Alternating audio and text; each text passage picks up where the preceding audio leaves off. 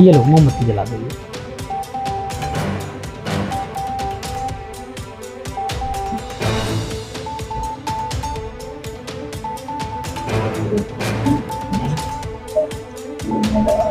हाँ थाली में।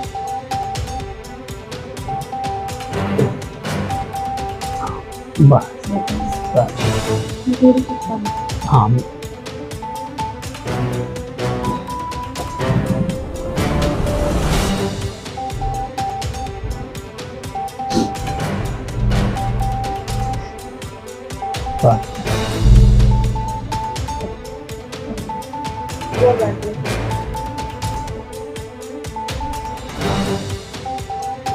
आप आओ भाभी के साथ, एक मोमबत्ती जलाओ और फूल चढ़ाओ बाबा साहब को भी, बुद्ध को भी और अपने पिताजी। भाई साहब जल्दी आओ भाभी।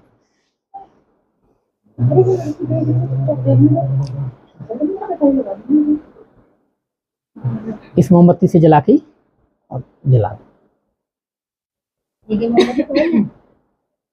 हाँ इसी को जला दो, बस जो है उसी को जला दो, जो लग रही है ना, ये वाली है।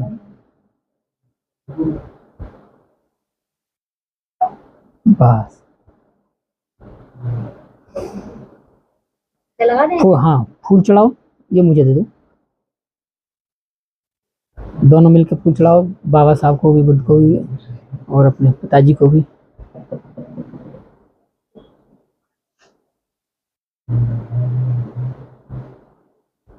चलिए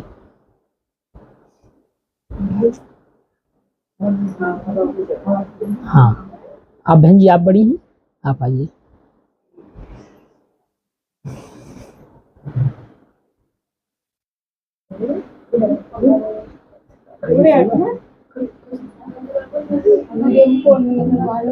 दो मिनट को कर दो, फिर जला देना।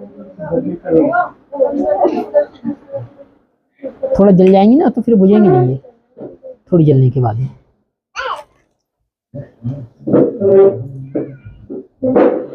ये लो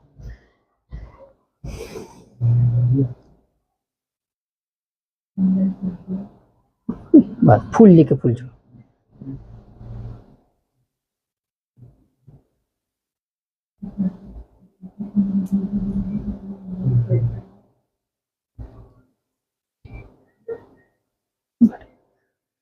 भाई साहब कहाँ गए? आ जाइए आप भी भाई साहब, आप भी।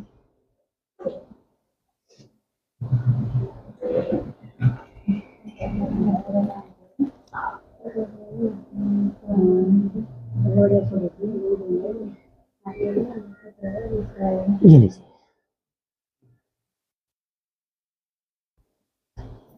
चढ़ाइए, फूल चढ़ाइए,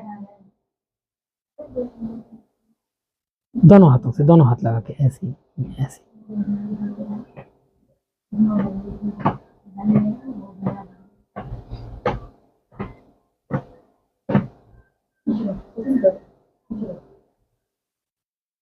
भाभी आप भी आइए।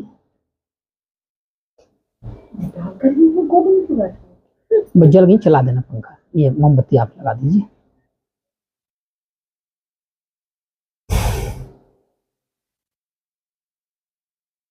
फूल चढ़ाइए दोनों हाथों से ऐसे।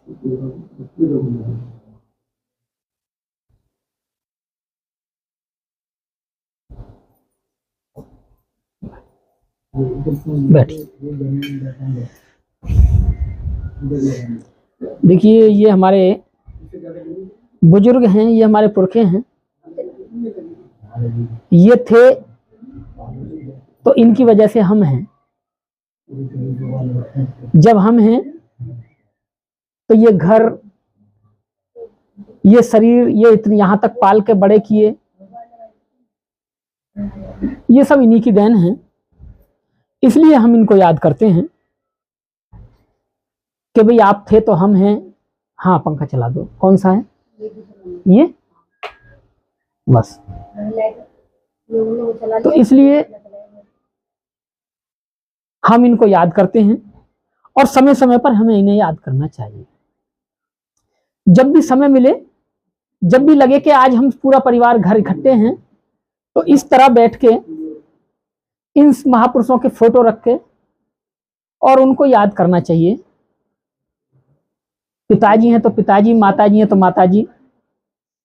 पहले अपने इन महापुरुषों का धन्यवाद करना चाहिए कि महापुरुषों का, हे बाबा साहब धन्यवाद आपका। फिर अपने माँ बाप का कि आपने हमें जन्म दिया, जन्म देने के बाद हमें पाला, यहाँ तक पहुँचाया, आपकी ही वजह से हम यहाँ पहुँचे हैं, तो उनका धन्यवाद करना चाहिए।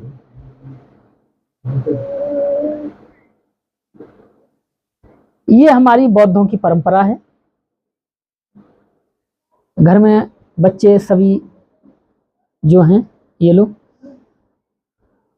बड़ा कौन है घर में?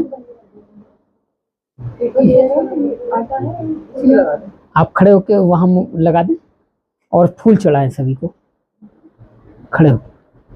हाँ हाँ हाँ, नहीं इसमें आटे वाले में, इस वाले में फूल चढ़ाइए।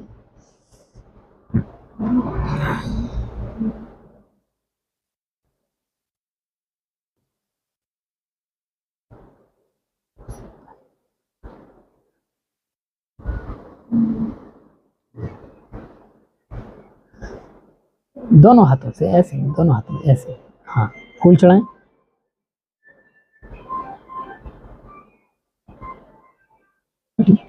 आप आओ बोले।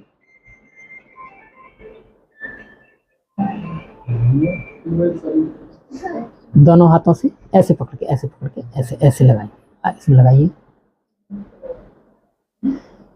फूल लेंगे, फूल चढ़ाएंगे सभी की, दोनों हाथों। आप भी आइए, पीछे जो बैठे हैं आप,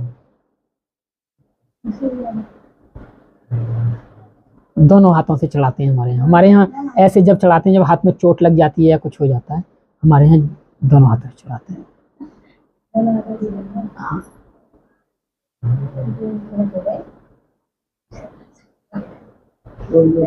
हाँ, चलिए। और कहाँ रह गए, और कौन रह गए? आइए।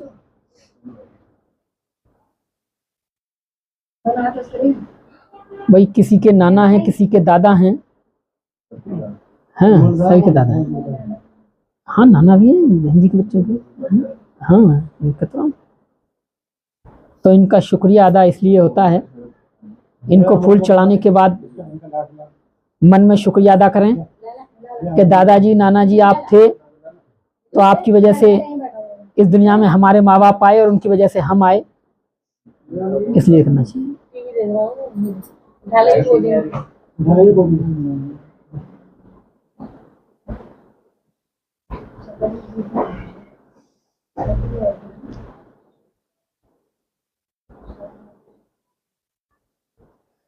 ये तो हमने इनका शुक्रिया अदा किया कि बाबा साहब आपने इस देश में हमें पानी पीने का, अच्छी शिक्षा का प्रबंध किया। और बाबूजी का हमने धन्यवाद इसलिए किया क्योंकि आपने हमारे माता पिता को जन्म दिया और माता पिता ने हमें जन्म दिया। इसलिए अपने महापुरुषों को हमेशा याद करना चाहिए। बाकी और सभी जो लोग बैठे हैं वो भी महापुरुषों को फूल चढ़ाएं या लास्ट में चढ़ा दें, जैसा आप चाहें, अभी चढ़ा दें। हाँ, अब जब हम पैदा हो जाते हैं, इस दुनिया में आ जाते हैं, फूल चढ़ा दें।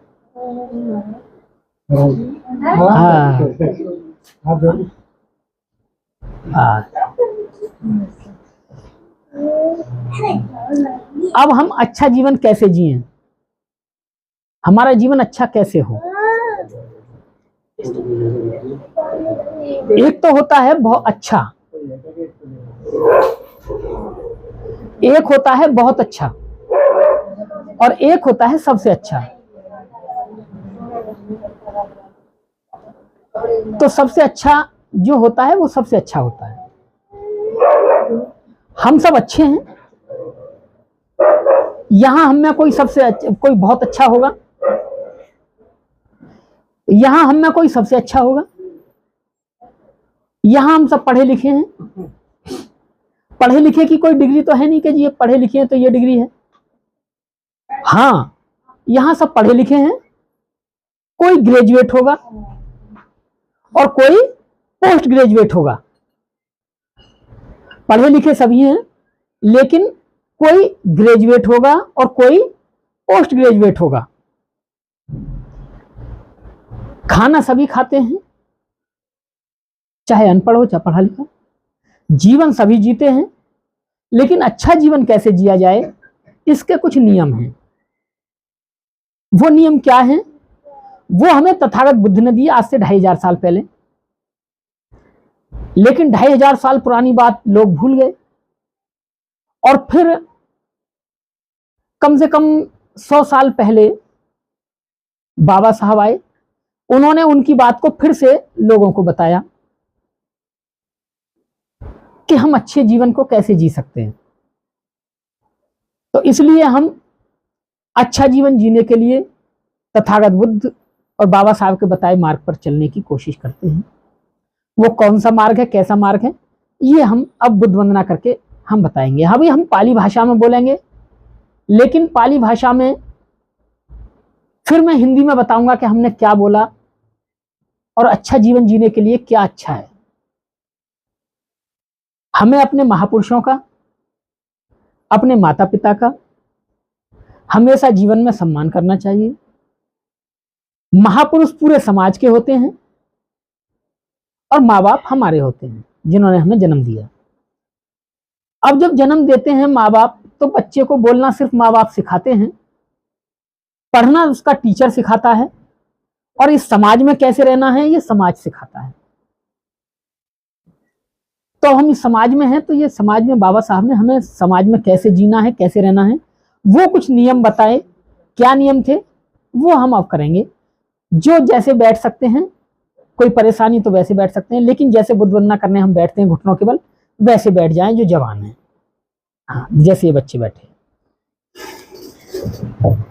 जैसे जैसे मैं कहूंगा उसको साफ दोहराएंगे, ठीक है?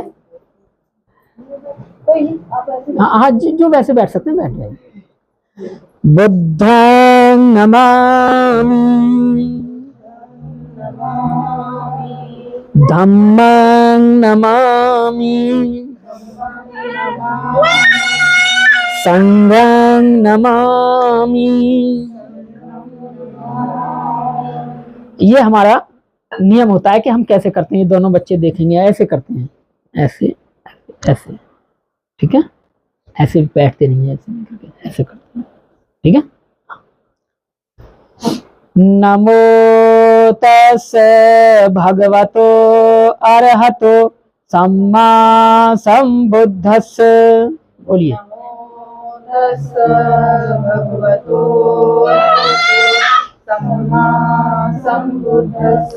नमो तस्से भगवतो अरहतो सम्मा संबुद्धस्स। नमो तस्से भगवतो अरहतो सम्मा संबुद्धस्स। नमो तस्से भगवतो अरहतो सम्मा संबुद्धस्स। नमो तस्से भगवतो अरहतो सम्मा संबुद्धस्स। बुद्धं शरणं गच्छामि,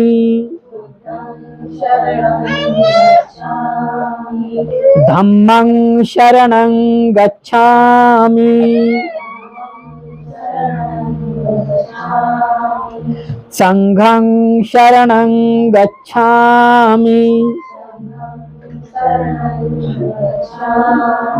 द्वितीयाम्पि बुद्धं शरणं गच्छामि,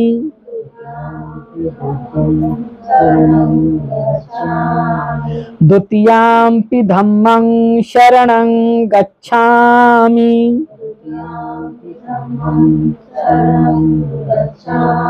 द्वितीयाम्पि संघं शरणं गच्छामि,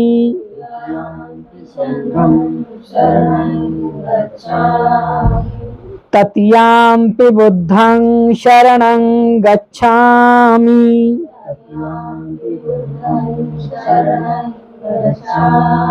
तृतीयाम्पि धम्मं शरणं गच्छामि,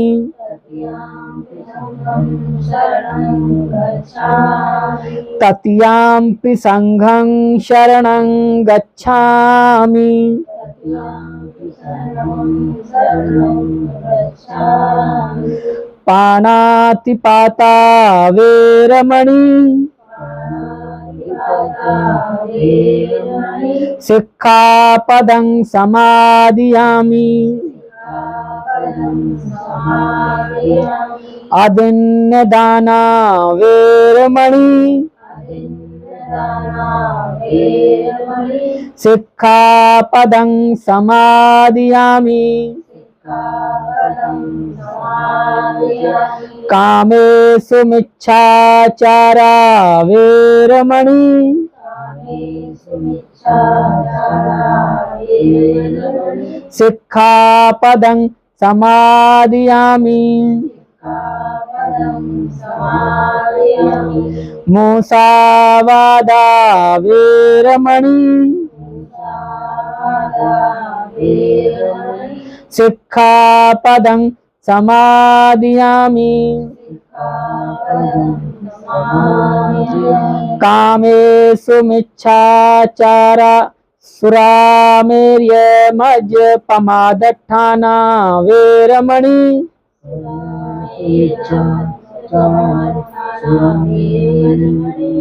सिक्खापदं समादियामि। साधु साधु साधु बुद्धं नमामि धम्मं नमामि संघं नमामि। साधु साधु साधु। अब आराम से बैठ जाएंगे सभी। देखिए, ये हमने पाली भाषा में बुद्ध को नमन किया। हमने कहा नमो तस्य भगवतो अरहतो सम्मा संबुद्धस्, कहे तथागत हम आपको नमन करते हैं, हे अरहत हम आपको नमन करते हैं, सम्यक संबुद्ध आपको नमन करते हैं। फिर हमने कहा बुद्धं शरणं गच्छामि, धम्मं शरणं गच्छामि, संघं शरणं गच्छामि, कि मैं बुद्ध की शरण जाता हूं। बुद्ध की शरण का मतलब है ज्ञान की शरण, नॉलेज की शरण। ज्ञान क्या है कि देखिए, आज टेक्निकल जमाना है, लैपटॉप हैं, मोबाइल हैं, कंप्यूटर्स हैं, एलईडी टीवी हैं। पहले नाटक होते थे, लोगों को तब पता चलता था। आज उन नाटकों को पहले रिकॉर्ड कर लेते हैं, फिर बार बार टीवी पे हम उनको देखते हैं। पहले जब हम छोटे थे तो कैमरे आते थे, रील लगती थी और एक बार क्लिक हो गया तो एक फोटो खिंच गया। 32 फोटो की रील होती थी, 32 फोटो होते थे, वो धुलने जाती थी, फिर वो बनती थी जब फोटो बनते थे। आज मोबाइल में तुरंत 1000 फोटो खींच लो, जो ठीक है वो रख लो, जो ठीक नहीं वो डिलीट कर दो। ये नॉलेज है, ये ज्ञान है, ये विज्ञान है। इसी की वजह से ये मोबाइल तक हम पहुंचे हैं। और आप यकीन मानिए, आने वाले 20 साल में आपके पास पता नहीं क्या क्या होगा। आने वाले समय में आप घर बैठे रहोगे और आपको ये पता चलता रहेगा, मशीन बताती रहेगी कि आपके बच्चे ने खाना खाया है, कितना खा लिया, कितने निवाले खा लिए, उसका पेट भरा है नहीं है, वो क्या सोच रहा है और क्या कर रहा है, अच्छा काम कर रहा है, बुरा काम कर रहा है, ये सब आपको पता चलता रहेगा। ऐसी ऐसी टेक्नोलॉजी अगले समय में आएंगी। आने वाले समय में ऐसी ऐसी टेक्नोलॉजी आ जाएंगी कि आपने घड़ी पहन रखी है, अब भी है, वो घड़ी ये बता देगी कि कितनी देर बाद आपको बुखार आएगा, कितनी देर बाद आपको हार्ट अटैक आएगा, उससे पहले ही आप हॉस्पिटल में भर्ती हो जाएंगे। आपकी घड़ी आपको ये बता देगी अब आपका टेम्परेचर बढ़ता जा रहा है, आपको बुखार आने वाला है। आपकी घड़ी आपको ये बता देती है आज कि आपकी जो धड़कन है वो बढ़ गई है, आपका जो बीपी है वो हाई होने वाला है और हाई हो गया है, अब गोली खा लो नहीं तो आपको अटैक आ जाएगा, ब्रेन हेमरेज हो जाएगा और आप मर भी सकते हैं।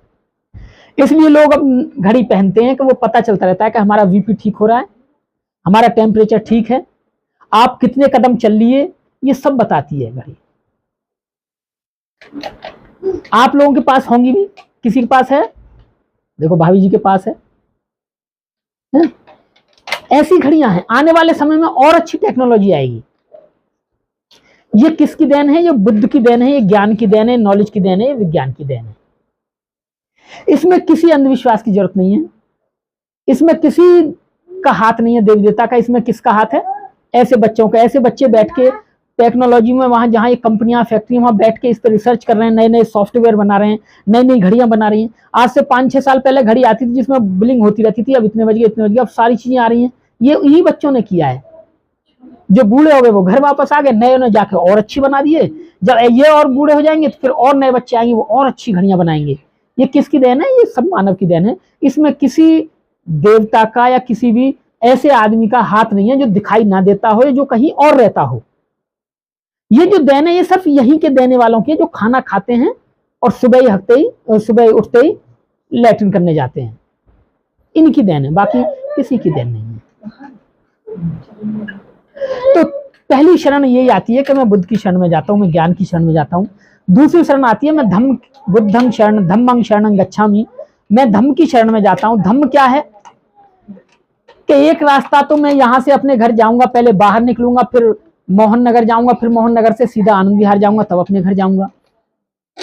एक रास्ता है कि मैं यहां से सीधा ऑटो रिक्शा पकड़ूं बैटरी वाला, और वो सीधा मुझे सीमापुरी उतारेगा, फिर वहां से सीधे बस में पहुंच के अपने घर। ये होता है मार्ग। अब इसमें मुझे देखना है कि अच्छा मार्ग कौन सा है। धूप पड़ रही है, मैं पैदल जाऊंगा, न जाने कब तक पहुंचूंगा, और यहां तो मैं एक गाड़ी में बैठूंगा और तुरंत सीधी जाके छोड़ दूंगी। तो अच्छा मार्ग, अच्छा रास्ता। जैसे ये अच्छा रास्ता घर पहुंचने का है, ऐसे ही जीवन में आगे बढ़ने का अच्छा रास्ता है। वो कौन सा रास्ता है वो भी अभी बताएंगे। फिर हमने कहा संगं शरणं गच्छामि, यानी मैं अच्छे लोगों के साथ बैठूंगा, अच्छे लोगों के संग में रहूंगा। हम यहाँ जो लोग बैठे हैं कि इनमें जो लोग हैं, मुझे नहीं लगता कि कोई शराबी होगा, मुझे नहीं लगता कि कोई ऐसा आदमी होगा जो गुटखा तंबाकू बीड़ी सिगरेट पीता होगा। ये अच्छे लोगों का ग्रुप है। मैं ऐसे लोगों के साथ रहूंगा जो बुरे कर्म ना करते हो। फिर हमने कहा भाभी पानी पीवा, पाणातिपाता वेरमणि सिक्खापदं समादियामि, कि मैं बिना किसी कारण किसी की हत्या नहीं करूंगा। देखिए, जब हम जंगल में जाते हैं तो हमें सांप मिल जाता है, बिच्छू मिल जाते हैं, शेर मिल जाता है, गीदड़ मिल जाते हैं, तो हम क्या करते हैं कि उन्हें मारते हैं। क्यों मारते हैं? क्योंकि अगर हम उन्हें नहीं मारेंगे तो वो हमें काट लेंगे और हम मर जाएंगे। यह होती है कारण के कारण हत्या। अब कोई कबूतर बैठा हुआ है, चिड़िया बैठी हुई है, और आपने पत्थर उठाया और मार दिया और मर गई, वो बिना कारण की हत्या। वो उसने आपका कुछ बिगाड़ा तो था नहीं। अच्छा, उसे मार के आप खाएंगे तो उसमें कुछ ऐसा भी नहीं निकलेगा कि आपका पेट भर जाएगा। वो बिना कारण हत्या है। तो बिना कारण मैं किसी की हत्या नहीं करूंगा। फिर हमने कहा मूसावादा वेरमणि सिक्खापदं अदिन्न दाना वेरमणि सिक्खापदं समादियामि, कि मैं बिना किसी से पूछे किसी की कोई वस्तु नहीं उठाऊंगा। यानी मैं किसी की चोरी नहीं करूंगा। किसी की 1 रुपए की है, 1 लाख की पड़ी है तो पड़ी, मेरे कोई मतलब की नहीं है। उठाऊंगा भी तो भैया किसी की हो तो ले जाना, मेरे पास है। मालिक हो आ जाए तो ठीक है, ले गया, नहीं तो तुम्हारी। तीसरा हमने कहा कामेषु मिच्छाचारा वेरमणि सिक्खापदं समादियामि,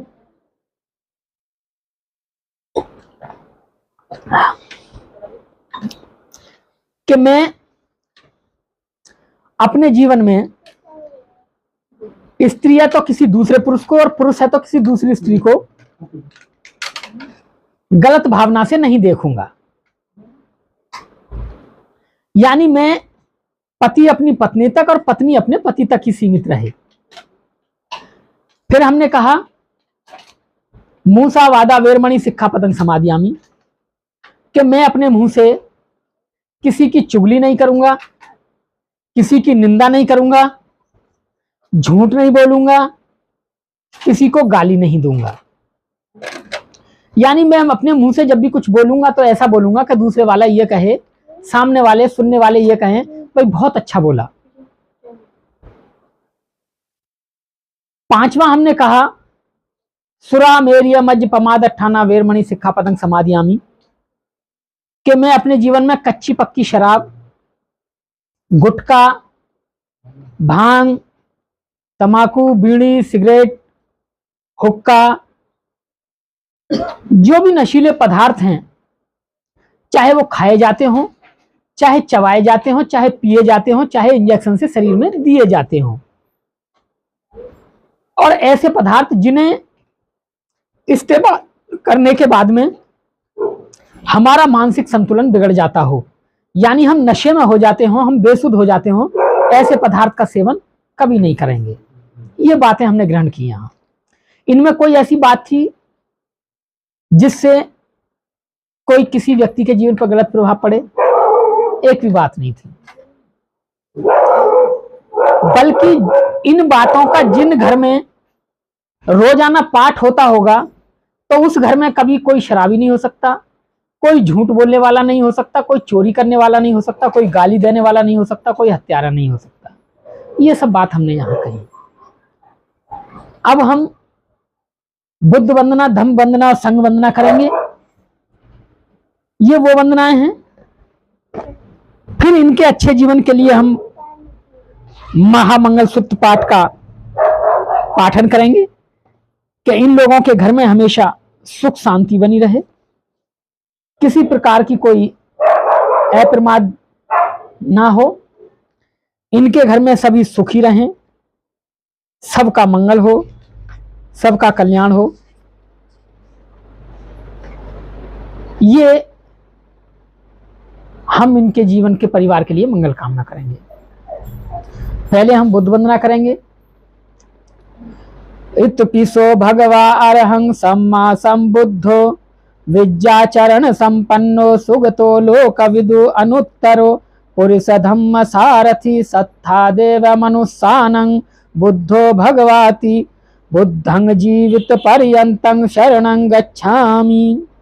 नत्थि मे शरणं अय्यं बुद्धो मे शरणं वरं एतेन सच्चवज्जेन होतु मे जय मंगलं उत्तमंगेन वंदेहं पादपस्सु वरुत्तमं बुद्धो यो खलितो दोषो बुद्धो खमतु तं ममं यं किंचिरत्नं लोकस्सासति विज्यति विविधा पथु रत्नं संशुद्धयन्ति तस्मा सोथि भवन्तु मे यो सन्निसिन्नो वरबुधे मालय बोधि मूले मारं ससेन महति विजेत्वा संबोधि मागच्छ अनंतं ज्ञानो लोकमुत्तमो तं पुरमामि बुद्धं बुद्धं नमामि। स्वाख्यातो भगवता धम्मो संदिट्ठिको अकालिको एह पस्सिको ओपनियनिको पच्चतं वेदो तब्बो विहुहीति धम्मं जीवित पर्यन्तं शरणं गच्छामि। नत्थि मे शरणं अय्यं धम्मो मे शरणं वरं एतेन सच्चवज्जेन होतु मे जय मंगलं उत्तमंगेन वंदेहं धम्मं च दुविधा वरं धम्मे यो खलितो दोषो धम्मो खमतु तं ममं यं किंचिरत्नं लोके विज्यति विविधा पुथु रत्नं धम्म समं नत्थि तस्मा सोथि भवन्तु मे अट्ठंगिको अर्यं पत्थो जनानं निब्बान पप्पवेसा उज्जको वमग्गो धम्मो अय्यं संति कर्युणो पणितो न्यायनिको तं प्रणमामि धम्मं धम्मं नमामि। सुपठिपन्नो भगवतो सावक संगो उजिपठिपन्नो भगवतो सावक संगो न्यायपठिपन्नो भगवतो सावक संगो सामीचि पठिपन्नो भगवतो सावक संगो यदिदं चत्तारि पुरुष युगानि अट्ठ पुरुष पुग्गला एष भगवतो सावक संगो आहो नय्यो पाहो नय्यो दक्षिणय्यो अंजलि करणियो उन्नत अनुत्तरं पुण्यं खेतं लोकस्सासति संघं जीवित पर्यन्तं शरणं गच्छामि।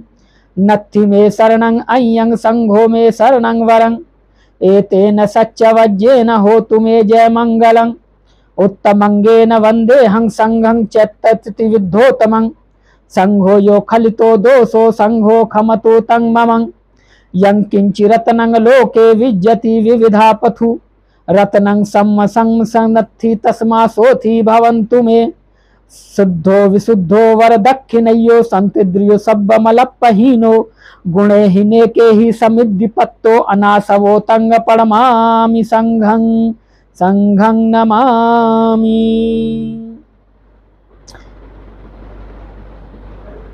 देखिए फूल जो हैं आपके पास हैं,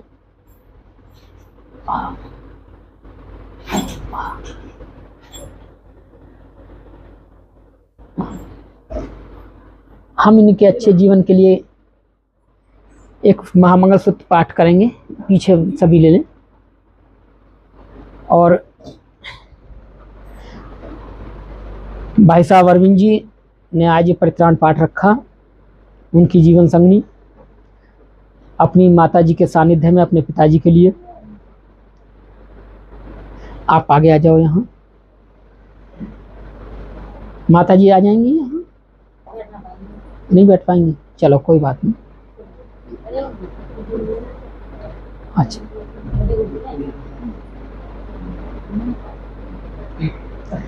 तुम पीछे हो गई भाभी, आप यहाँ आ गए।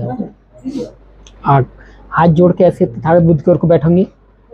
आप दोनों बच्चे भी, बेटा कहाँ है? हाँ भाई तुम भी आ गया जो।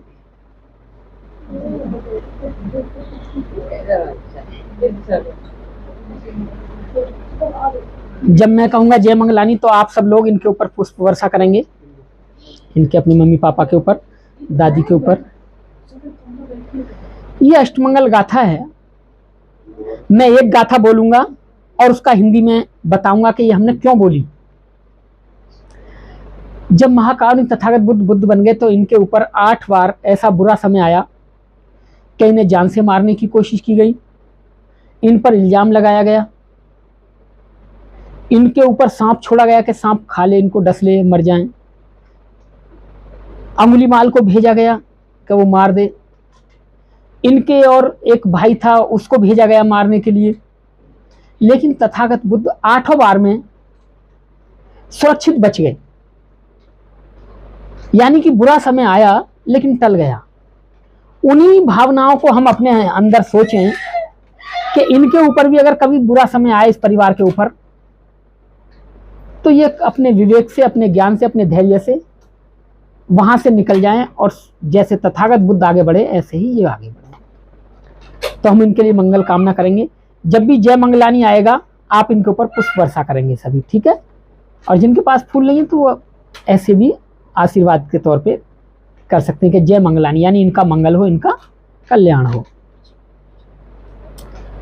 बाहु सहस्रमभिनिमित्त सायुधन्तं गिरिमेखलं उदित घोर ससेन मारं दानादिधम्म जित्वा बुद्धो तं तेजसा भवतु ते जय मंगलानी, जय मंगलानी, जय मंगलानी। मारातिरेकमभियुज्जित सब्बरतिं घोरमप्यनावलकमखपथत्यखं खन्ति सुदन्त विधिना जित्वा बुद्धो तं तेजसा भवतु ते जय मंगलानी, जय मंगलानी, जय मंगलानी। नालागिरि गजवरं अतिमात्तभूतं दावेग्गचक्रमनसीव स्वदारुणन्तं मे तुम्बुसेकविधिना जित्वा बुद्धो तं तेजसा भवतु ते जय मंगलानी, जय मंगलानी, जय मंगलानी। ओखेत्त खगमाति हत्त सुदारुणन्तं धावन्ति योजन पथ अंगुलिमालवन्तं ये दीर्घसंखत मनो जित्वा बुद्धो तं तेजसा भवतु ते जय मंगलानी, जय मंगलानी, जय मंगलानी। कत्वान काठमुदरं इव गिभिन्निया चिंचाय दुष्टवचनं जनकाय मज्जे संतेन सोम विधिना जित्वा बुद्धो तं तेजसा भवतु ते जय मंगलानि जय मंगलानि जय मंगलानि। सचं विहाय मति सच्चकवाद केतुं वाधाभिरोपित मनं अति अंधभूतं पय्यापदीप जलितो जित्वा बुद्धो तं तेजसा भवतु ते जय मंगलानि जय मंगलानि जय मंगलानि। नंदोपनंद भुजंग विबुधं महेन्द्रि पुत्तेन थेर भुजगेन दमापयन्तो इदुपदेश विधिना जित्वा बुद्धो तं तेजसा भवतु ते जय मंगलानि जय मंगलानि जय मंगलानि। दुर्गाह देठे भुजगेन सुदठ हतं भ्रंग विशोद्धि जुतो मेधि बकाभिधानं ज्ञानागदेन विधिना जित्वा बुद्धो तं तेजसा भवतु ते जय मंगलानि जय मंगलानि जय मंगलानि। एतापि बुद्ध जय मंगल अट्ठ गाथा यो वाचको दिन दिने सरते मतंदी हत्वाननेक विविधानि चोपद्रवानि निब्बान सुखं अति मेघ नर संपन्नो। साधु साधु साधु साधु बोल के सारे फूल एक दूसरे पे सबका मंगल कामना करेंगे। तो देखिए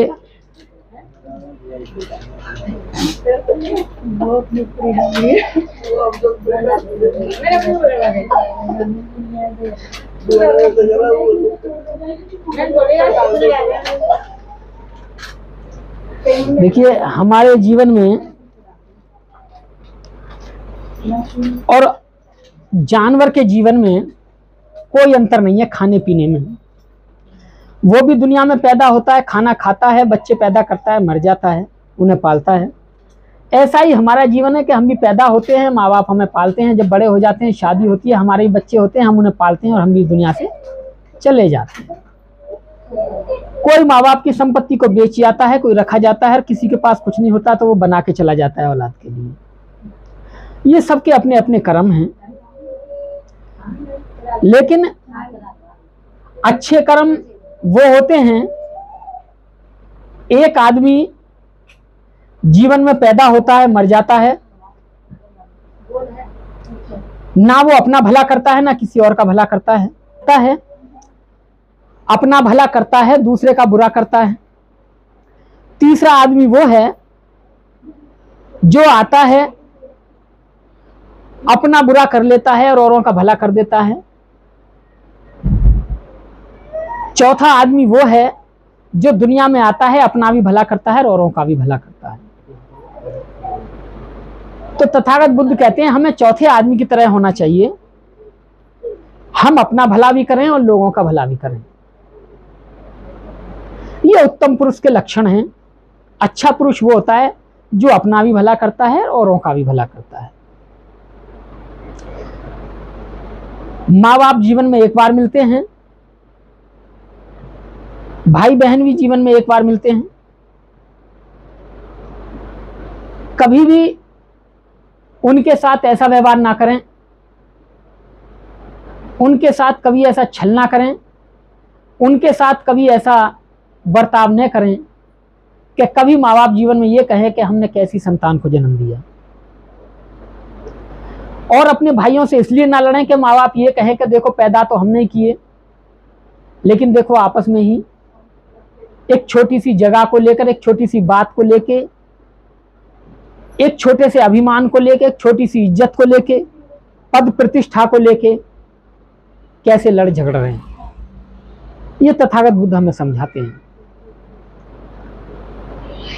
तथागत बुद्ध एक व्यक्ति को और अच्छा बताते हैं कि वो व्यक्ति भी बहुत अच्छा है जो दूसरे के अवगुणों को माफ कर देता है। अगर आपको लगता है कि हाँ मुझसे सचमुच गलती हुई है, तो उस गलती को महसूस होते ही आप लोगों से या जिससे भी वो गलती की है, जिसके द्वारा की गई, जिस पे की गई है, उससे क्षमा करें कि भाई गलती से ये हो गया, मुझे नहीं करना चाहिए था, तो मैं ठेस लगी इसलिए मैं आपसे क्षमा प्रार्थी हूं। इसमें कोई छोटी बात नहीं है, इससे आदमी बड़ा ही बनता है, महान बनता है। तो हमें जीवन में कभी भी ऐसा कार्य नहीं करना चाहिए। बाबा साहब और बुद्ध के बताए रास्ते पे हमेशा चलना चाहिए। आज भाई साहब अरविंद जी और भाभी गीता, इनकी जीवन संगनी ने अपने पूज्य पिताजी की स्मृति में आज यहाँ ये बुद्ध वंदना का कार्यक्रम रखा। ऐसे प्रोग्राम इस तरीके से अगर हम घर में रखते हैं तो इससे हमारे बच्चों का आपसी मेल मिलाप बढ़ता है, हमारा एक भाईचारा बनता है। एक बार राजा प्रसेनजीत ने, जो बार बार कलिंग पर युद्ध कर रहे थे लेकिन हार जाते थे, जब वो बार बार युद्ध हार जा रहे थे तो उन्होंने अपने सेनापति को बुलाया और कहा कि तथागत बुद्ध के पास जाओ और उनसे ये पूछ के आओ कि मैं इस कलिंग को क्यों नहीं जीत पा रहा हूं।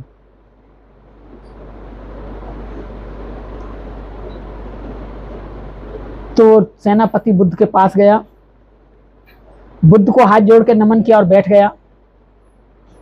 बुद्ध से कहा, तथागत, राजा प्रसेनजीत ने मुझे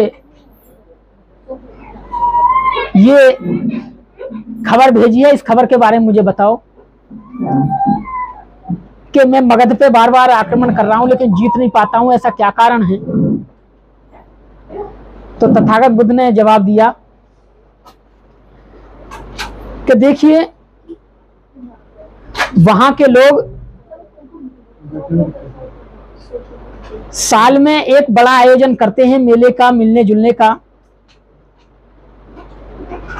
और वो शाम को खाना खा के एक जगह इकट्ठे होते हैं, चर्चा करते हैं, विचार विमर्श करते हैं। किसी की कोई परेशानी होती है तो वो शाम को उस मीटिंग में रखता है और फिर जो वहां लोग बैठे होते हैं वो उसका निदान कर देते हैं। और हफ्ते में एक दिन वो एक दूसरे के घर खाना खाते हैं। महीने में एक दिन वो सब मिलके घर भोजन बना के लाते हैं, एक जगह रखते हैं, फिर सब मिल बांट के खाते हैं। और जब 6 महीने हो जाते हैं तो फिर वो एक बड़े मेले का आयोजन करते हैं। जब तक वो ऐसा करते रहेंगे उन्हें कोई जीत नहीं सकता। क्यों नहीं जीत सकता? कि वो अपनी समस्याएं एक दूसरे को बताते हैं और वो हल हो जाती हैं। वो एक दूसरे से मिलकर रहते हैं। किसी के प्रति अगर किसी के अपने पड़ोसी से कोई दुख होता है तो वो कहता है कि मेरा पड़ोसी मुझे परेशान करता है, ऐसा है, तो सब लोग उसको कहते हैं भाई ऐसा मत करो, वो अच्छा आदमी, ऐसा मत करो। और वो व्यक्ति फिर लज्जित होता है और वो फिर ऐसा नहीं करता, यानी कि उनकी कोई समस्या ही नहीं है। किसी को कोई समस्या होती है तो वो अगले दिन सॉल्व हो जाती है जब वो मिलते जुलते हैं सभी। इसलिए कि जब तक वो ये ऐसा काम करते रहेंगे उनसे कोई जीत नहीं सकता। तो कहने का मतलब ये है कि जब महीने, 2 महीने, 4 महीने, 6 महीने में इस तरीके के हमारे घर में प्रोग्राम होंगे, बैठ के हम खाना खाएंगे, तो एक छोटी सी कहावत है, बड़ी कहावत तो बहुत दूर की बात, कि कोई भी आदमी किसी का नमक खा लेता है तो उसके खिलाफ फिर बगावत नहीं करता है। इसलिए आपस में एक दूसरे को नमक खिलाते रहो। अब नमक ऐसे तो खिलाया नहीं जाता कि कटोरी ली, तू नमक खा, नमक खा, नमक खा, ऐसे तो नमक खिलाया नहीं जाता। अब वो नमक खिलाया कैसे जाता है? जैसे आज है, सबको बुलाओ, भाई घर के सदस्य आज मिलके यहीं खाना खाएंगे, और ऐसा भी नहीं है कि नमक खाएंगे तो आज नमक खूब डालना है, जो खूब सारा नमक खा ले। ये तो एक बहाना है, कहावत है कि जिसका नमक खाया उसके साथ गद्दारी नहीं करेंगे। लेकिन इस तरह खाना खाने से हम लोगों का भाईचारा बढ़ता है और कुछ नहीं बढ़ता है। इस तरह खाना खाने से हम लोगों की प्रेम प्यार बढ़ता है, मन में कोई घृणा होती है वो सब दूर हो जाती है। एक भाई नहीं आ रहा है तो दूसरे को कहना चाहिए कि नहीं क्यों नहीं आ रहे भाई, चलो। ये प्यार प्यार इस तरीके से बढ़ा रहता है। ये तो एक बहाना है। आज ये परित्राण पाठ नहीं भी होता तो ऐसा तो नहीं है कि हम भूखे रह जाते, हमने सुबह खाना खाया अपने घर, लेकिन